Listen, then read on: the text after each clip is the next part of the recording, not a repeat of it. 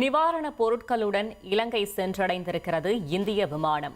80 ton நிவாரணப் பொருட்களுடன் கொழும்புவில் தரையிறங்கியிருக்கிறது இந்திய ராணுவ விமானம். முக்கிய செய்தியாக பார்த்து வருகிறோம். மேலும் விவரங்களை செய்தியாளர் சதீஷ் முருகன் வழங்க கேட்கலாம்.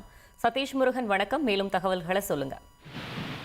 வணக்கம். டிக்ளோன் புயல் காரணமாக இலங்கை மற்றும் இலங்கையில பல்வேறு பகுதிகளில் பெரும் பாதிப்பு ஏற்பட்டிருக்கிறது. குறிப்பாக மண் சரிவு, வெள்ளப்பெருக்கு, அதே போன்று மக்கள் சிக்கிக் கொண்ட விஷயங்கள், 50க்கும் மேற்பட்ட உயிரிழப்பு என இலங்கையே புரட்டி போட்டிருக்கிறது. ஹெலிகாப்டர் மூலமாக அந்த பகுதிகளில் பொதுமக்கள் மீட்கப்பட்டு வருகின்றனர்.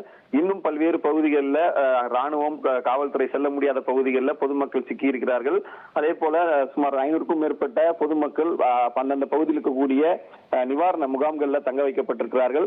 இந்த நிலையில இலங்கைக்கும் இந்தியாவிற்கும் இருக்கக்கூடிய அந்த நட்புறவை வலுப்படுத்தும் வகையில இலங்கையில் அந்த பேரிடர் காலங்களை சமாளிப்பதற்காகவும் அந்த மக்களுக்கு உதவி செய்யும் வகையிலும் இந்தியாவிலிருந்து 80 டன் மருத்துவம், உணவு மற்றும் தேவையான அடிப்படை பொருட்களுடன் இந்திய விமானப்படை விமானம் என்பது இன்று இலங்கைக்கு சென்றிருக்கிறது.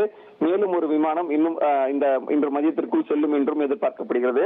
குறிப்பாக இந்த பொருட்களை பாத்தீங்கன்னா மருத்துவ பொருட்கள், அதே போன்று அடிப்படையான தேவையான அவர்களுக்கான மருத்துவ சேவைகளுக்கு வழங்கக்கூடிய பொருட்கள், உணவுப் பொருட்கள் போன்ற 80 டன் உணவுப் பொருட்கள், 80 டன் பொருட்கள் இந்த விமானத்தில் அனுப்பப்பட்டிருக்கிறது.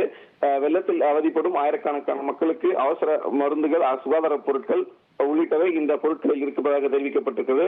அதே போல இலங்கையின் கடுமையான பாதிப்புகளை சமாளிக்க இந்தியா தொடர்ந்து ஆதரவு வழங்கி வருவதாகவும், இந்திய அதிகாரிகள் மேலும் பல்வேறு உதவிகளுக்கு மத்திய அரசினுடைய ஒப்புதலுடன் பல்வேறு நடவடிக்கைகளில் ஈடுபட்டு வருவதாகவும் தெரிவித்திருக்கிறார்கள். இந்த நிலையில் மேலும் ஒரு விமானத்தின் மூலம் நிவாரணப் பொருட்களை அனுப்புவதற்கான பணிகளும் நடைபெற்று வருகிறது.